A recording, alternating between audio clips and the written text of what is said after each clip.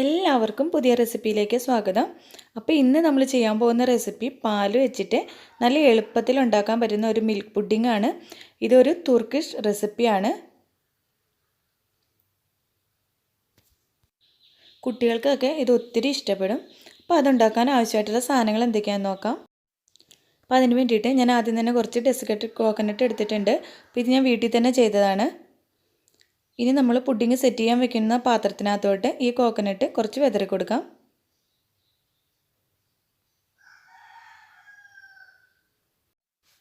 ഇനി അത് നല്ലോണം ഒന്ന് ലെവൽ ചെയ്തിട്ട് മാറ്റി വെക്കാം. അപ്പോൾ ഒരു പാത്രം അടുപ്പിൽ വെച്ചിട്ട് ഞാനിവിടെ 1 കപ്പ് പാൽ ഒഴിക്കുന്നുണ്ട്. 250 ml പാലാണിത്. പാലൊന്ന് തിളയ്ക്കുന്ന നേരത്തിന് നമുക്കൊരു മിക്സ് റെഡിയാക്കാം. അതിന് വേണ്ടിയിട്ട് ഞാനൊരു ഗ്ലാസ് എടുത്തിട്ടുണ്ട്. അതിൽ 1 ടേബിൾ സ്പൂൺ പാൽപ്പൊടിയും 1.5 ടേബിൾ സ്പൂൺ കോൺഫ്ലോർ കൂടെ ചേർത്തിട്ടുണ്ട്. ഇതിനകത്തോട്ട് ഒരു 1/4 കപ്പ് പാൽ ഒഴിച്ചിട്ട് ഇത് കട്ടയില്ലാതെ നല്ലോണം ഒന്ന് ഇളക്കിയെടുക്കാം. ഇളക്കിയെടുത്ത് മിക്സിനി നമുക്ക് പാലിലോട്ട് ചേർത്ത് കൊടുക്കാം.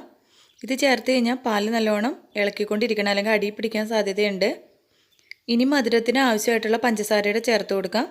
ഞാനപ്പോൾ ഇവിടെ ഒരു 2 ടേബിൾ സ്പൂൺ പഞ്ചസാര ചേർത്ത് കൊടുക്കുന്നുണ്ട്. അപ്പോൾ ഇതൊന്ന് നല്ലോണം കുറുകി വരണം. ഇപ്പോൾ നല്ലോണം കുറുകി വന്നിട്ടുണ്ട്. നമ്മളിനി ഡെസിക്കേറ്റഡ് കോക്കനട്ട് നിരത്തി വെച്ചിരുന്ന ആ പാത്രത്തിൻ്റെ മുകളിൽ കൂടെ ഇത് ഒന്ന് ഒഴിച്ചു കൊടുക്കാം.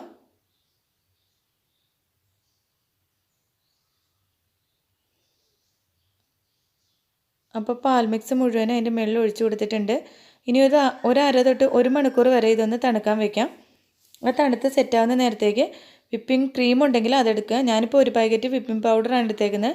അതിൽ 1 ടേബിൾ സ്പൂൺ അളവിൽ, അല്ലെങ്കിൽ ഒരു 10 രൂപയുടെ ചെറിയൊരു പാക്കറ്റ് മിൽക്ക് പൗഡറൂടെ ചേർത്തിട്ടുണ്ട്. ഒരു 3 ടേബിൾ സ്പൂൺ അളവിൽ തണുത്ത പാലൂടെ ചേർത്തിട്ട് ആ ക്രീം ഒന്ന് ബീറ്റ് ചെയ്ത് എടുത്തിട്ടുണ്ട്. അതിനകത്തേക്ക് പിങ്ക് ഫുഡ് കളറൂടെ ചേർത്ത് കൊടുക്കാം.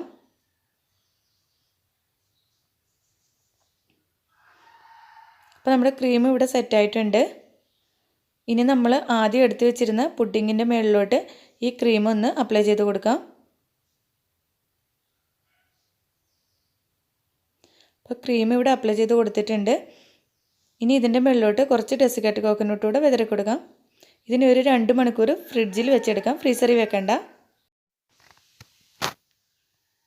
അപ്പോൾ 2 മണിക്കൂർ കഴിഞ്ഞ് നമ്മുടെ പുഡിങ് എടുത്തിട്ടുണ്ട്. നമ്മുടെ പുഡിങ് നല്ല സൂപ്പറായിട്ട് ഇവിടെ റെഡി ആയിട്ടുണ്ട്. എല്ലാവരും ഈ റെസിപ്പി ഒന്ന് വീട്ടിൽ ട്രൈ ചെയ്ത് നോക്കൂ. നിങ്ങൾക്കും ഇഷ്ടപ്പെടും, കുട്ടികൾക്കും ഒത്തിരി ഇഷ്ടപ്പെടും.